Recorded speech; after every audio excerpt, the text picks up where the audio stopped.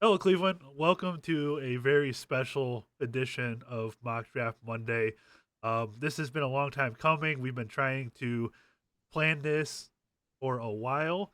Um, we finally got our schedules to align, and we sincerely hope that everybody will enjoy this podcast. I know I will. It's great to have Jackson McCurry alongside me and the one and only Mr. Alex Hale. Alex, man, how we doing? Let me talk to you. I had to just for you, Jokey. Of course, of course. You got the shirt to go with it too. Oh, I got the vest and everything, man. I went all out. This was my Halloween costume last year. How's it going, man? I know it's on rare occasion that we get to talk, but it's usually just you and Jack. But how are you? How are things?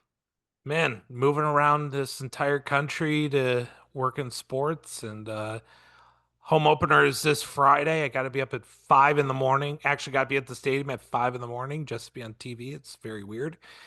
Uh, yeah, a little bit chaotic, but glad we were able to make this all work.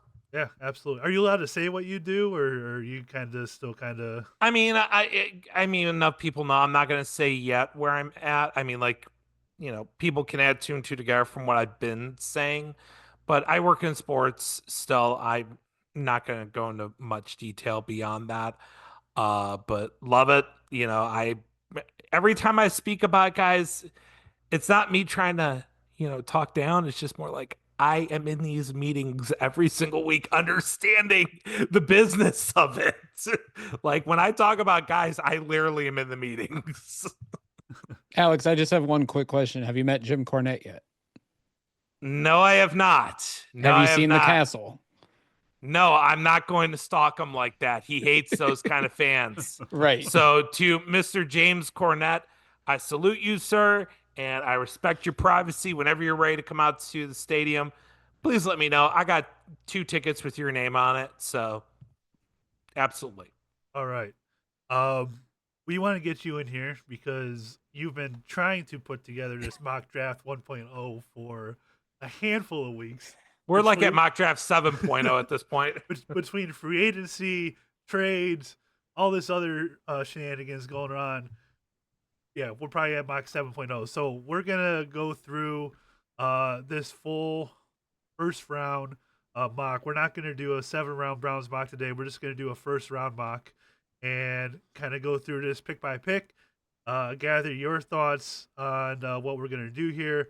Be sure to give me a heads up if I have to make a trade on this screen. We'll just like force a trade and kind of put it through and everything. But you know, Tennessee number one pick. Just start on where you believe Tennessee is going to go with this. Yeah, I feel like a month out, yes, I think they would be open to a trade still.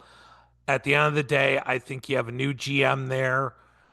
You have Callahan, you have all the pieces there. They're building up that O line. It sure seems like they're going Cam Ward at this point. It just seems like too many pieces are pointing that way. I mean, my bold predictions, they draft Cam Ward, and because of the connection with Cincinnati, will eventually get Trey Hendrickson to be their edge guy and trade 2026 pick to make that happen. So Cam Ward, lock that in. All right. We'll do Cam Ward number one.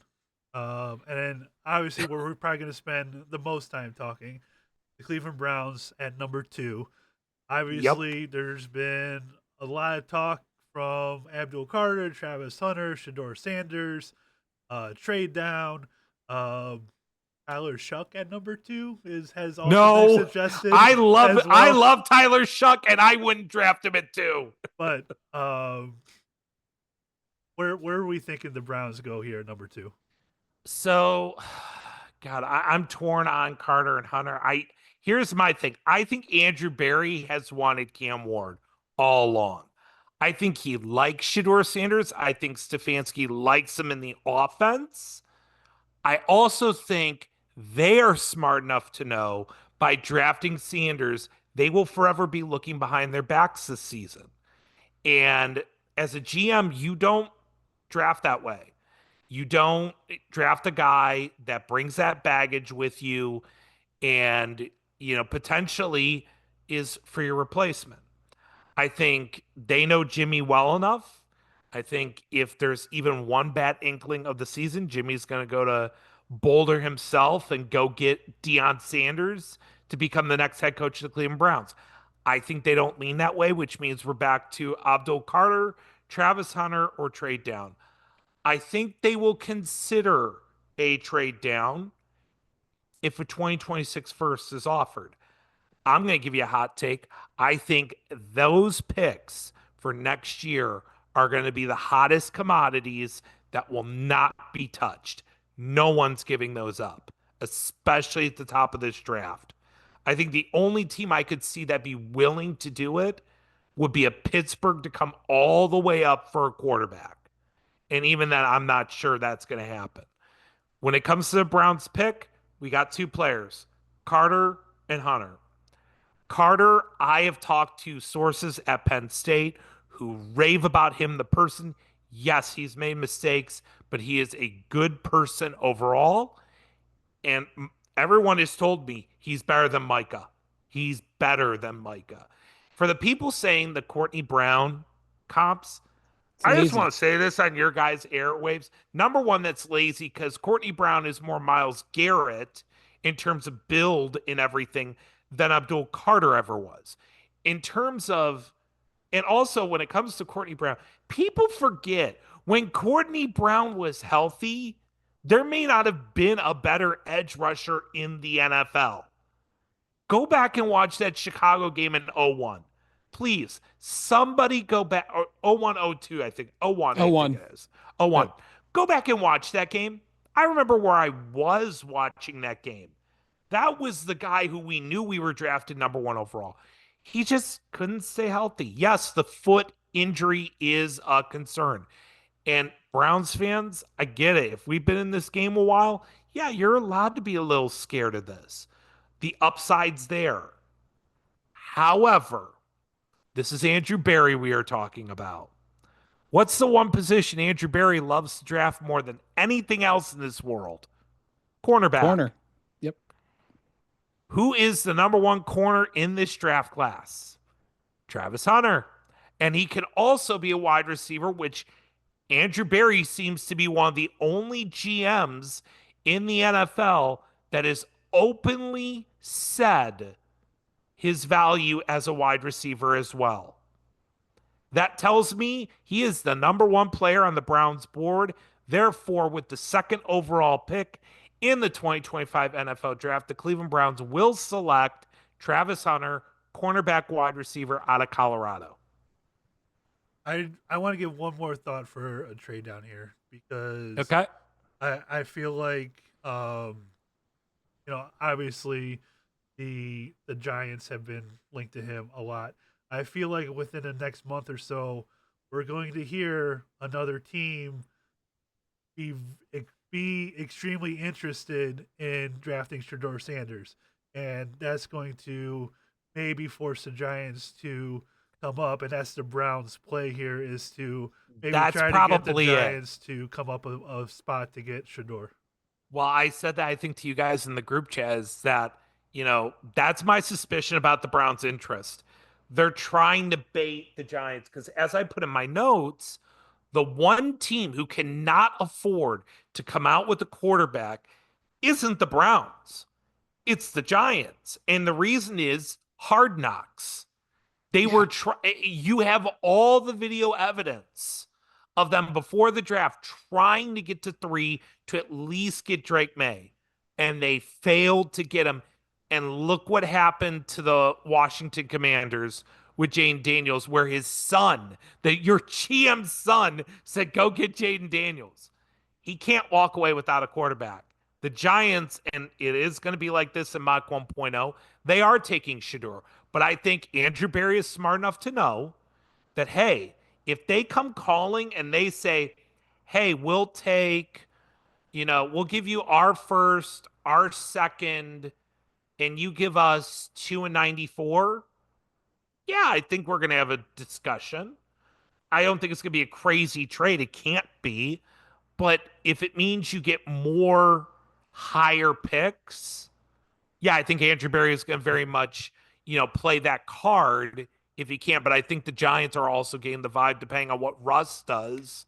They're going to go like, we're going to call your bluff. So, but Shador goes 3 here to the Giants. All right, that puts us at the Patriots here at number 4. Yeah, Mike Vrabel in a 3-4 defense probably did not expect Abdul Carter here. He sprints to the podium and just takes him. Abdul Carter in that system with Mike Vrabel as a coach for him. I mean, Browns fans are going to say probably in 2-3 years, why didn't we pick? I mean, like Travis Hunter is really good, but like, God, could you have imagined him and Miles together? The ones that aren't saying it now will be saying it later in that defense. Abdul Carter to the Patriots just because they didn't see this coming. I will say we have a tweet on our Dawgland Twitter account that I posted 2 months ago, 3 months ago, that says Abdul Carter no matter what. I'm just gonna retweet that from years from now. Just like Travis Bazana, no matter what. You're welcome, right. Cleveland. Oh, there's a backstory, folks. I will tell you, I was texting people in the draft room that night. I threatened them saying, I'll be at the draft if the camera hits me and it's Charlie Condon, thumbs down. You're welcome, Cleveland. So, so now we're at pick 5 with the all elite Jacksonville Jaguars. And Oh, God. Alex, let's talk about who you got. Who do you got going to join Well, Tony Khan? I mean, the player they're drafting might as well from the draft go on Dynamite the next week because he's ready to be in a match too, because they're going to get an interior defensive lineman, one of the best players in this draft class, and Mason Graham, the Wolverine out of Michigan. They need another interior defensive tackle. I mean, Mason Graham is a stud. I mean, like that Michigan team, and I'm just going to say this because I'm not going to get in the whole that game thing. You got to give Michigan's front line a lot of credit of how good it really was against Ohio State. Ohio State, by far, I've said a million times, best team in the country, wasn't even close. For Michigan to control that line of scrimmage goes to show how good Mason Graham is, Kenneth Grant is, any of those defensive players. And I will say, if the Browns don't take an edge at 2, I don't have his name in front of me, but their edge guy who's Josiah Stewart. Yep. You got to take a look at him too, because he's just as big of a name there. But the Jaguars are very happy to take Mason Graham here at number 5.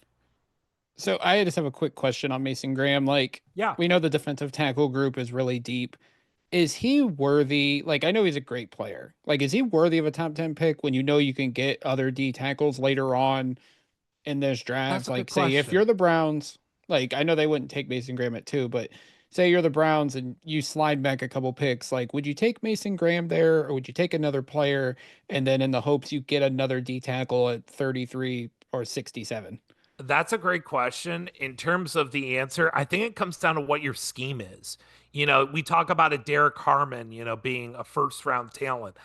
I think he's better suited probably in a 4-3 than a 3-4. I don't think he's a nose. I think his explosiveness makes him more of like an ideal 4-3 defensive tackle. It all comes down to that. I mean, Walter Nolan is literally, and I don't like comparing him to Aaron Donald, but like the explosiveness off the snap, you love him for that. I think the one thing with Mason Graham that I love is the versatility of what he does on the line. I think he can play a little bit outside if you need him to. He can play mostly inside. I think he's scheme versatile. It's one of those things where if you think he can work no matter what defense you throw him in, which I think Mason Graham is, he's kind of defensive tackle unicorn at this case. A lot of defensive tackles, like we've seen in the past, our Maserati, our former Maserati,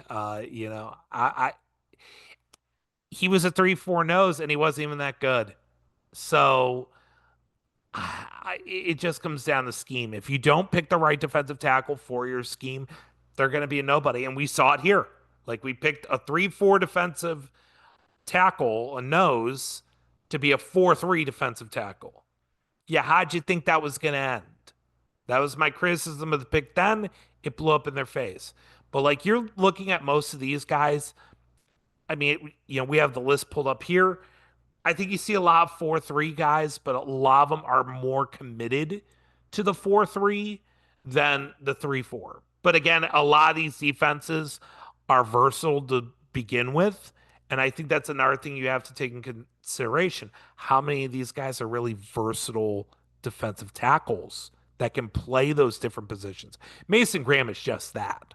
He can play all those positions. And probably a So, full 3-down guy too. yeah, he's a Not 3-down just a guy. specialist. Yeah. Right. So, but yeah, that's a great question. And it comes down to that with a lot of positions. Wide receiver, it's like that. Tight end, like that. Running back, quarterback, just because it's deep, you're right. You could wait, but it doesn't mean your guy is going to be there.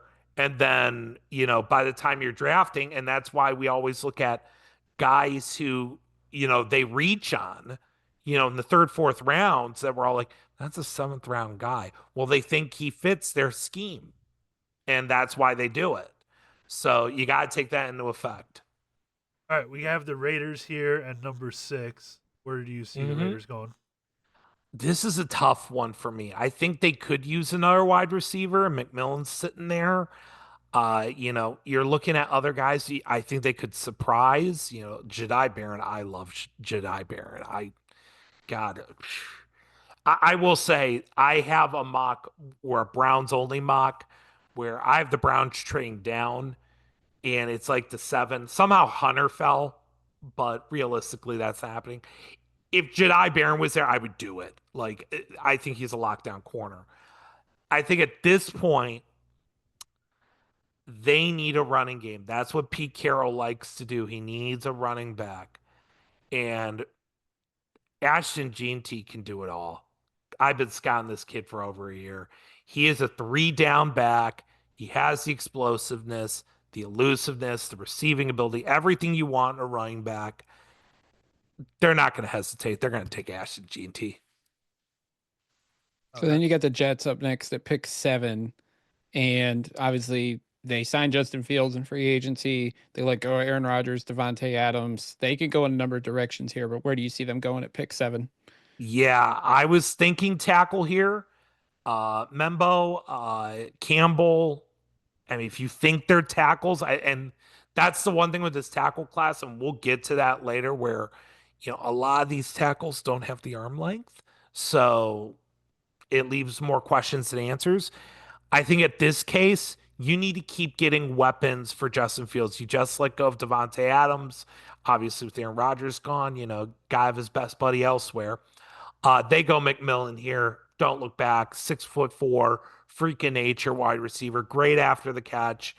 Really fills that void that they have and really gives Fields another real big weapon opposite, Garrett Wilson, who I think he's going to love playing with again. The only thing about McMillan is his taste in rappers. And you know what? I don't think Jets fans will care. I think only Browns fans will care about that.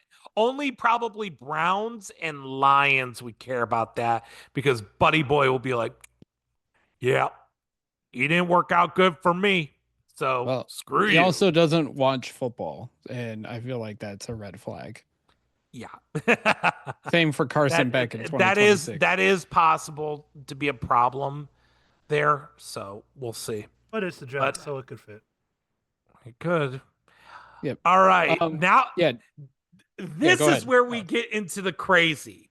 The first 7 picks, I feel like it's pretty cut and dry where they're going to go. After that, when you get to Carolina, which I'm going to say this right now, if the Browns trade down, watch Carolina. Watch Carolina. They feel like they got it with Bryce Young. They got to go for it. And if they think they can come up and get Abdul Carter and believe in him, I honestly think that is the perfect partner to get that 2026 first from, because that's a very vulnerable NFC South division where I think they can overtake it and win the division. So this is a team that's a real wild card in the draft. And even it goes down to their pick. I think they want to get an edge rusher.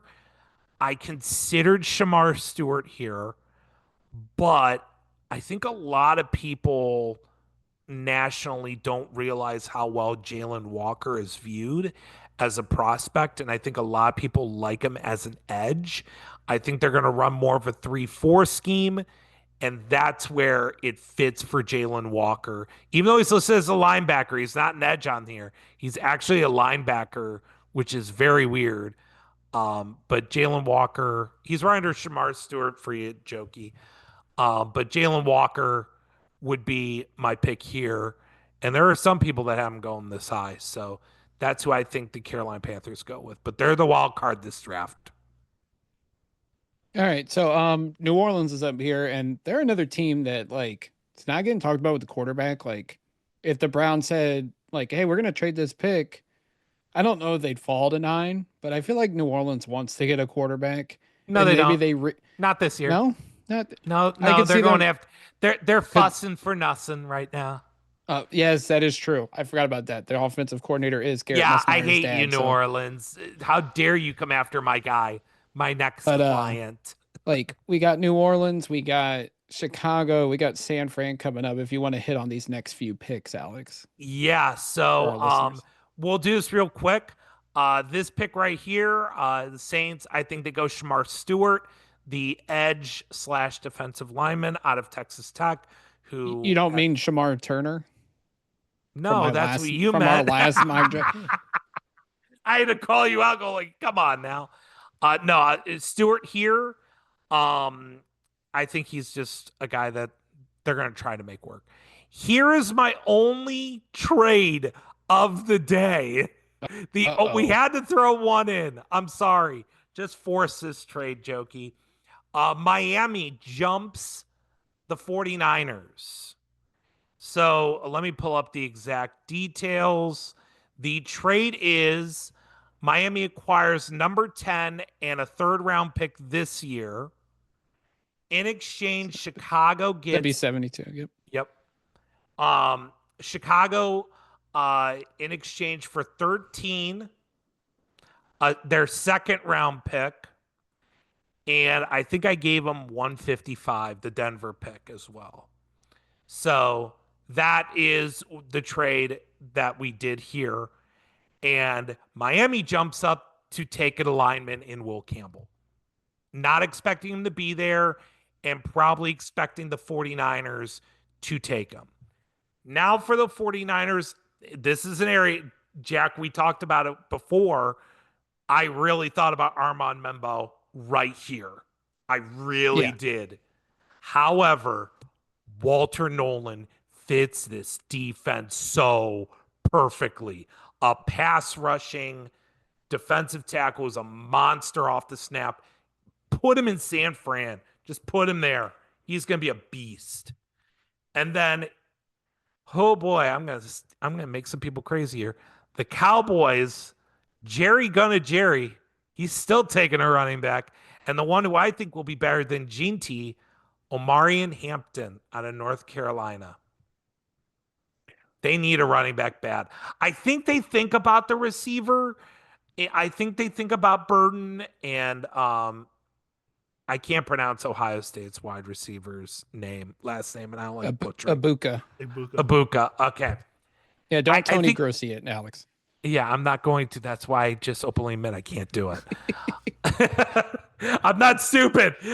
So I think they consider it, but I think Hampton's really, really good. And I believe in production. He's done it.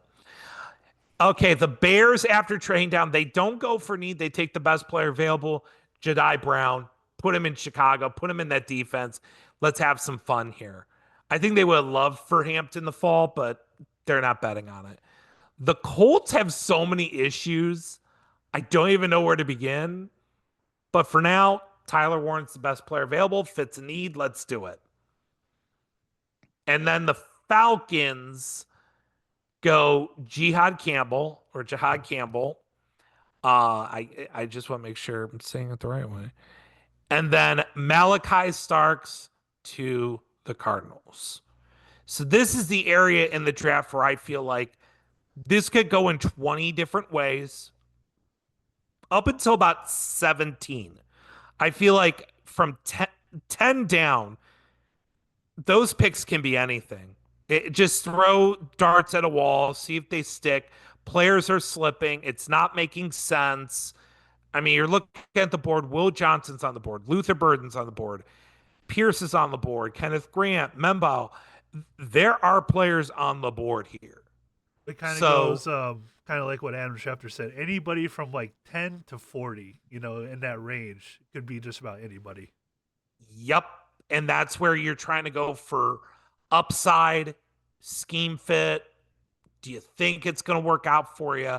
I think athletic scores are going to play a huge role in the back half of the first round. That's going to be a huge thing. Cincinnati, I guess with the Trey Hendrickson stuff, I got to give him an edge. I gave him James Pierce because I think he's been the best in terms of athletic score. I think they're going to buy into that upside. Seattle, we thought about Membo here, but they also could use more pass rushing. So I said Mike Green, even though there are some real questions on him as character, but I think that's going to clear up in a month. Yeah, Jack. Yeah. Well, isn't there character concerns with Pierce? There are. Yeah. I think so teams at I this feel like point. Go ahead. I think it's the teams that believe in their culture will take those chances on those guys. Cincinnati, they've had their history. That's no secret. But like Seattle's always had a good culture with John Schneider, then Pete Carroll, now Mike McDonald. I feel like if they can get those guys in there, they think they can straighten them out. So yep. I think that, and I think their stock will. I think Mike Green going to the opposite side of the country is a good thing for him. It's only it'll be a very good thing for him. Yeah. So then Tampa Bay, I think they probably are stunned Will Johnson is here, and they just take him. There's no reason he should be on the board. There are some, videotape concerns, in terms of how he is, and he got burned a couple times, but overall, he's a playmaker. I mean, you always bet on that. Denver's a weird one again. They can go in 20 different directions here. I just gave him Luther Burden at this point. It makes sense as someone who watches Denver weekly, like I do the Browns. So yeah, I think it makes a lot of sense there. Mims is still their vertical guy. They got Sutton still. They just need a true two. What they need is a Jerry Judy route runner, which is what Luther Burden is. So they're just restarting the clock. Now we get to Pittsburgh. This is going to be a long one because, folks, I'm about to really shake up this draft. I wouldn't be me if I didn't go crazy, and I am buying 100% the top 30 visit. I am buying in that he has worked on his mechanics and is taking well the coaching, and I'm buying on the fact that Mike Tomlin wants a second chance at what he had with Justin Fields. And with the 21st pick in the draft, the Pittsburgh Steelers are selecting Jalen Milroe, quarterback, Alabama. Whoa. I was like, any questions? It makes sense to me, at least. I'm sure it makes sense to Anthony as well. But like, yeah, I mean, he saw what he can do with Justin Fields, but Justin Fields is kind of set in his ways. You get Milroe in, and then Arthur Smith and Tomlin can mold Milroe however they see fit as a quarterback and try to, I don't know, not so much replicate what Baltimore is doing with Lamar, but try to get somewhere close to it. Like, I'm not saying those two are similar prospects. I mean, in terms of athleticism, they are, but I can totally see what Pittsburgh would want to do with a Jalen Milroe type. And and especially if they get Rodgers, and then he can sit and learn from one of the best. That's the key. That's the key. Even if it's not Rodgers and they bring back Russell Wilson, he'll be able to sit. I've been saying if the Browns sign Russ, I'm totally fine with Milroe here because there's no better person from Milroe to learn from other than maybe Jalen Hurts. I mean, those are the two players that you want Milroe to learn from and become. So, yeah, if you're getting Russ, which it's possible still for the Browns, I'm fine with Milroe. Very fine with it. I honestly love his electric arm. Yes, he's got to work on some things mechanically, but it's looking like over the process, he is. And that's the one thing that I'm really trying to find in a player who is taking the coaching right now and fixing themselves. You've got polished products in Cam Ward. You got Will Howard there, very polished product. Tyler Shuck is very polished. But I would say their upsides don't compare. And I would say Shador is polished too. Shouldn't leave him out there as well. But I'm waiting for someone to show me the legitimate franchise QB upside. And the more I watch Milroe, the good tape, I know what the bad tape is, and it ain't good. And I sit back and I watch him, and I'm like, I see what everyone's saying. I see why people are buying. Same thing with Jackson Dart. I mean, I told you guys, Dart is basically a mix of Sam Darnold and Baker Mayfield. That's exactly what he is. The pressure awareness and scared ability of Sam Darnold with the gunslinging mentality of Baker. I don't know if Jackson Dart's a franchise quarterback, but when he's on, you sit there and you say, he might be the best passer in this draft. When I watch Jalen Milroe at his best, I sit back and I say, is he the top quarterback in this draft? So, but the bad makes you go, like, is he even draftable? So he needs to go to a place where he can be coached up. Pittsburgh fits beautifully. So real quick, do you want to know which one of the teams I heard gave Milroe advice to work on his mechanics? Who? At the Senior Bowl? Who? The Cleveland Browns. I'm telling you guys. I mean, the connection's there, obviously, with Tommy Reese. I'm telling you guys. And Tommy got him at his best. Yes. Tommy did get him at his best. He knows what he's capable of. I know Ken Carman might go crazy Friday morning on the fan after the draft. I'm sorry. No, it would be probably Monday. It'd be that Monday. Well, if we move up, if he's there and we get that 5th-year option. If they want to take Milroe, I feel like you have to trade back into the first round. I know you have to have a dance partner. You have to. But if you need a guy on a 5-year deal, quarterback one. This makes too much sense if he's going to be. And I'll say this: if your QB room is Carson Wentz and Kenny Pickett, I don't want Milroe here. You're going to rush him in here. Now, if it's Russ, Pickett, Milroe, you can sell me on that because Milroe can come in as QB3, and I am perfectly fine with that. With Pickett as the backup, Russ as the starter. I'm not opposed to that idea. In fact, I actually kind of like it. Right, the fans will still be chanting for Milroe by week 3. So, no, they won't. They don't want Milroe. I feel like I'm one of the only fans that's actually okay with Jalen Milroe. Because I mean, we should be prepared for it because it was rumored for a long time.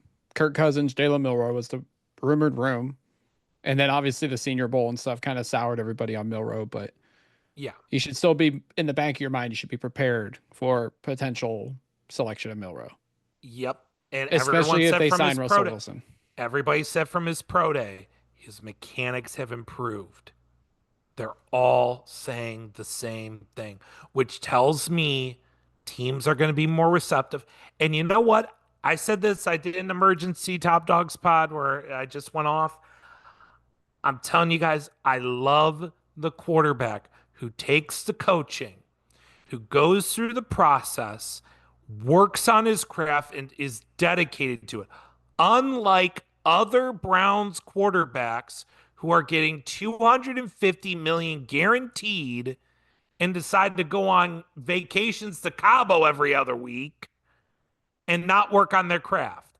Granted, I would too if I could afford it. I know, but and all he does to prove he's working on his game is doing a hype up training video. Yeah, look at me. I'm Rocky doing a montage video. No, not that. I actually want to see it as you throw the ball. And that's the reviews we're getting from Jalen Milroe. And all I've ever heard about Milroe is he is an A+ student in the room. He studies the tape. He is one of those guys. Again, keeps his mouth shut, does the work, improves himself, doesn't take no for an answer. It's almost like he heard we all want him to go to running back, and he's like, no, I'm going to become a quarterback. I'm fine with Milroe. I've sold myself on it because I see what I see. Do I think he's a franchise quarterback? Still no. But I don't think anyone, maybe Cam Ward is a franchise QB. Shedeur could be, but I don't really think there's a bona fide franchise QB in this draft. And that's okay. Just take a shot at somebody I'll point and this have out. a plan. I'll point this out with Milroe. Nobody thought Lamar Jackson was going to be a franchise. He was drafted in. I did. Except Alex. I did. I kept saying he's going to Baltimore because I watched Lamar throw the ball at Louisville, and he was insane. His release is lightning quick. He flicks the ball and it goes 40 yards. And I see that at times with Milroe. He just flicks it and the ball flies 40 yards. And it's like, whoa, hold on a minute. I thought there were questions about your passing. It's the accuracy and mechanics that get it there. Can we get him there? It's looking like we're trending to it, but remains to be seen. Oh, and we'll see. It's a good thing that Stefanski can scheme wide open wide receivers all the time. So there's that. If there's any coach, I'll say this, whichever quarterback they take, if they can't succeed under Kevin Stefanski, when he has had Baker be successful, he's had Brissett be successful, he had Walker look actually like a semi-decent quarterback. He hasn't been good anywhere else, but he was semi-good here. And then Joe Flacco having a career resurgence here. The only guy who hasn't done well is Deshaun Watson. Maybe, we'll throw DTR in there. But besides the point, DTR just wasn't him. That's the only guy who has not done. If they're even a half-decent quarterback, they will be good in Stefanski's system. That's the point I'm making. Yep. So let's move on to the rest of this because we don't want to go on too long. Let's go to one of your favorite people in the world, the head coach of the Los Angeles. What do you mean? I don't like Jim Harbaugh still. I know. He won me a natty, but you know. I was teeing it up a little bit just to mess with you here. I know. Who do you have the Chargers taking here at 22? Oh, he's taking one of his men. He's taking one of his Michigan men. It's which one? But they need defense. Oh. I mean, he will later. He will later. But he's going to take Kenneth Grant here. Insane value for him. He's going right into a system he knows with the coach he's been coached by. I mean, dear God, just like Kenneth Grant cooked there. Loveland would make a lot of sense too he would, but like I think if you're Harbaugh and Grant's there, you don't think he shouldn't be there. He's coming into a system he already knows. It's plug and play. We'll find a way to get a tight end later. Tight end's really deep. He does not need to get Loveland. So Green Bay, they could use another edge guy. Mykel Williams, I think, eliminated a lot of, the concerns about athleticism. I think he fits their scheme pretty well. We're going to go with him here. Jack, I hate to do this to you with Minnesota. I really do. But hey, if he can't come to Cleveland, go to Kwesi. That's fine. I was going to say, if Kwesi's making the call, he loves those relative athletic scores. And Landon Jackson killed it. And I think he can play along the line at his size, occasionally sliding inside. And Landon Jackson goes to the Vikings. I think Jackson's a first-round pick. I actually think he's been one of my guys for a while now, too. And the guy under him, he's not in this mock, but Maxwell Hairston, I think, will be a first-round pick when it's all said and done, too. Yeah.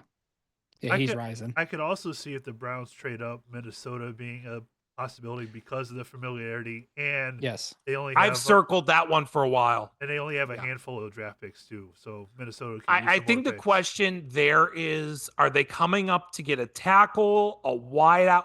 What are they coming up to get? I think if you're coming up to 24, you're coming up to get probably a Josh Connerly, Kelvin Banks, one of those type of guys that's slipping. I think Banks is falling for no fault of his own. I think it's just the way the draft is. Armand Membo, right here at 25, athletically scored brilliantly. Yes, Houston needs linemen. They take him. I think they traded Tunsil. They need a left tackle. No, they got Cam Robinson. They need a left tackle. They need a guard too. They need a guard too. Well, here's the thing about a lot of these tackles. I'm going to say this really quickly. A lot of these tackles, as I've done more research, do not meet that 34-inch arm length requirement for left tackles. Will Campbell doesn't. Armand Membo doesn't. Banks doesn't. Simmons doesn't. I think the only one in the first 3 rounds that actually qualifies, and I have in my Brown 7 round, is Charles Grant out of William and Mary. Yeah, it's gonna be He's interesting. The only one. Yeah, it's gonna be interesting because of that. And it's not the threshold, so like what do you do? Like the Browns, are they gonna take a stab on one of these guys, even though their interior might be okay right now? So I think you're okay with it because potentially Bitonio and Teller are gone next year. Yes. I think you do they're both done. Yes. So I think if like Kelvin Banks fell, you try him out left tackle and see if it works. He's played there his entire career.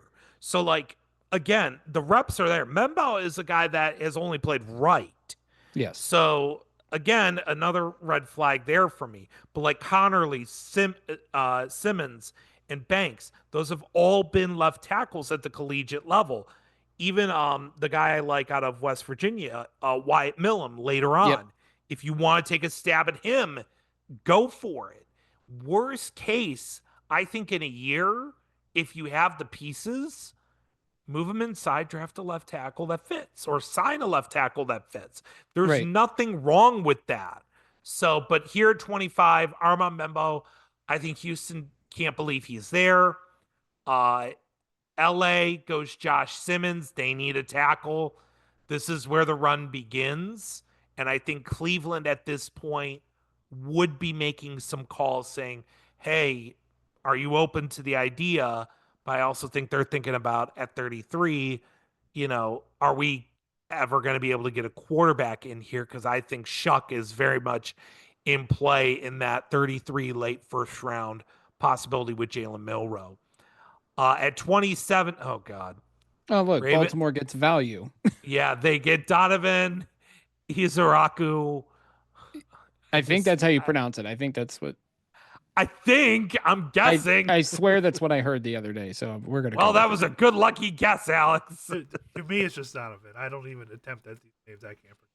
Which is. I think it's Hizuraku. We're waiting a good quarter of the draft. Here's the thing: we're waiting 2 more weeks until Dane Brugler provides the beast with the full pronunciation guide. And then I'm back. Yes. All right. We're gonna make this really quick.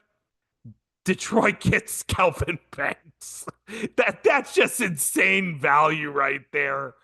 To get a guy who I think they would slide inside immediately, put him in a more natural position for him in the NFL and let him thrive. Geez, that line will be insane. Washington, this was a tricky pick. I thought about Hairston here, thought about Gary Zabel here, but I kind of went a little bit off the radar. I went with Nick Skirton, the defensive end out of Texas A&M. Then Buffalo gets their wide receiver, Emeka Egbuka. Yeah, Egbuka. Okay. I'm going to butcher that forever. It's okay. Give him Emeka, damn it. Emeka Okafor. Oh, wait, wrong sport. All right. The Chiefs, man, if I'm the Chiefs, I'm going to say this for record. If Colson Loveland's sitting there at 31, I'm thinking about it. The heir I'm apparent. thinking about it. Right. You can ease him in, the perfect mentor. But man, can you keep ignoring the line still? Right. You need cheap lineman help. Well, it's Gary not that Zabe, they haven't ignored the line. I mean, they've drafted well, guys. I mean, can They you ignore drafted the line? Kingsley. What I mean is, can you ignore the line early this year and get Oh, cheap true. options? That's what I mean Yeah. with like how the way the board's going to be. Gary Zabel on the board can slide him inside, perfect guard potential. Give him Gary Zabel, powerful guy in the middle. That'd be fun for them. And then finally, the Eagles. Boy, the rich get richer. Matthew Golden sitting right there. They sprint to the podium, go like, "We'll take him," and they So will be very happy. I will say this real quick, Alex. I heard rumors around the start of free agency that they were shopping Goddard. So Colston Loveland could be in play there too, if he's still on the board. If a trade happens, I would say yes. Yeah, but still, until Goddard's a trade getting up happens, there, so. yeah. Well, yeah, and he's expensive. If they can get out of that contract, great. So, yeah, but I think Matthew Golden. I think they're going to eventually break up the receiving core at some point, and they're going to need a cheaper high end option. Matthew Golden has been flying up the boards. He looks great. You take Matthew Golden here. Don't think twice about it. And the Browns. I was gonna say before I hit Golden here, let's just give a bonus pick and do pick 33 since we have all the players here. So with what's left, what do you do at 33? God. I'm trying to move up from 67 to get Shuck for sure. But I think the way the board is, I'd take Golden. Who would you take? But you have Golden going to Philly, right? Yeah, Golden going to Philly. Golden's going to Philly, yeah. Everybody but Golden here. I would take Loveland and saying, Njoku, this is your last year. Yeah. Again, right now, until we know who the quarterback is, fair. Don't know if I can do that. If it's Carson Wentz, then you're picking Dart or Shuck at 33. You're not thinking about it. Makes sense. If you have Russ, and you could try to move up from 67 to get Shuck, or, every Ohio State Browns fan's wet dream and Will Howard being here, I'm sorry, had to do it. At this point, I'm looking at Connerly. I'm looking at Derek Harmon. I love him in this defense. Dear God, that would be a menace.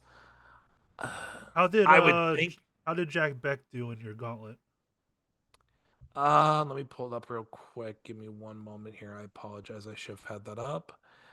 Beck was a perfect. He got perfect. So the perfects this year, for people who don't know, I do the gauntlet every year. I'm watching where the ball lands on their fingertips to find out who has soft hands. Just real quick, Jack Beck, Luther Burden, Jimmy Horn, Tej Johnson, though his was a little sloppy in terms of running.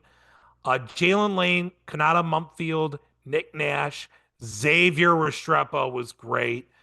Jalen Royals, Jordan Watkins, and at tight end, Mitchell Evans, Rondé Gatson, Terrence Ferguson, and Mason Taylor, who I will say for the record, had the greatest gauntlet I have ever seen.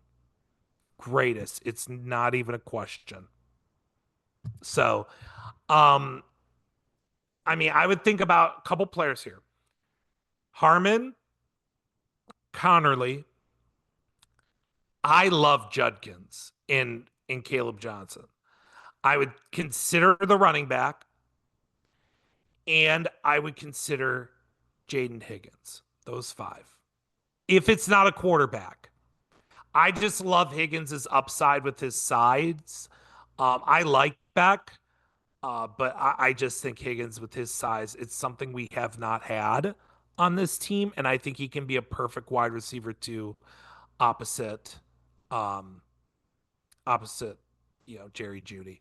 But that's kind of what I'm thinking. But the realistic scenario, if you're putting a gun to my head saying, Alex, this is how the first round goes, where the Browns doing a 33, the Cleveland Browns will select quarterback Tyler Shuck out of Louisville. And Jackson Dart continues to fall. Right. So we have the whole first round 1.0 done. We'll expect a trade here within the next hour now that we're done with this, just to screw everything up. It always happens. That's how it normally goes. So I fully expect some sort of news to Browns are moving up to number 1. It just broke. There it goes. That'd be nice. If that happens, we don't have to debate this any longer. But we can put it out of our misery. Thank God if that happens. Oh no, Anthony, you know darn well somebody's going to try to debate it. We should take Shador number 1. Yeah. Abdul Carter number 1. Yep. Off the clock, on the clock, whatever they're called. Oh, it's still Shador. The real life draft day happens. They trade up and still take Abdul Carter. That would be insane. I was listening to 92.3 The Fan on my way home from yesterday, and it was Earl and it was Spencer German. Oh, Spencer, yeah. And they had a guest on that covers Colorado, and they asked the guest who he thinks Shador reminds him of, and on Cleveland radio, he said John Elway. Oh no. John Elway had one of the biggest rifle arms in the history of the NFL. No. No. If anything, he's more Marino than Elway. And Elway was actually athletic. Yeah. He's more Marino. If he was a Dan Marino, that makes sense. But there's the thing. But a stretch. Here, Anthony, here's the thing, though. Anybody below 40 really can't get mad at the whole Elway comp. Because, none of us were even, old enough to know about, I can, because I've heard about the pain that it well, caused. yeah. We've all heard about the pain, but, for, the three of us, we never experienced it. So we can't get, too mad about it. It's just, it's eye-rolling of, do you even watch tape? Do you even watch? Is what it is, guys. That was fun. Yep. This was fun. So I have to ask, gentlemen, did we all enjoy this podcast? Oh, we enjoyed it. We always enjoy it. Any naps we're going to take after this? It is raining. My storm passed, so no, you're getting my storm right now. No fake rain delays. We can take a nap. Nope. Okay. Yeah, we're not talking about fake rain delays. I work with some Cubs fans, so. Can the current administration release the files on the? Don't worry, Jokey. You realize I work with the guy who lost it. Martinez? The guy who blew Game 7. He's going to be here in our bullpen. Oh, Brian Shaw. Oh. That's all I'm going to say. Yeah. If I see him, I'm just going to say, look, you didn't take a nap, my guy, and it wasn't really raining. I got sources to back that. Wasn't really your fault, my guy. I'll put the blame on was it Martinez? Michael Martinez. No, it's on Tito for benching Coco when you have a hanging curveball lefty that he kills. Coco would have hit it out. I will say it would have been the greatest World Series end. Coco Crisp hits a walk-off home run, and Coco Krispies give him a lifetime endorsement deal in retirement. Hi, I'm Coco Crisp for Coco Krispies, and they finally do it. I will say this until the day I die. In some alternate universe, that ball that Jason Kipnis hit was a walk-off home run against his beloved Cubs growing up. Some universe out there, the Indians won that World Series on that. But don't worry. The way I believe the world works, we're going to live in that universe one day. So and we will all billions enjoy it and when it billions and happens. billions of years from now. Yes, and we will all enjoy it. Anthony's right. We will. I love you guys. You guys are awesome. Thank you, Yes, Alex. Thanks for doing this, man. For getting on here. We've had so much fun today. We'll definitely have you back. We've talked about maybe doing a live draft show on Thursday night, Friday night. There is a party going on downtown that I've been invited to for season ticket members. So I'm considering going to that concert. We'll see. Yeah, you know it's going to be the most corny big joke ever.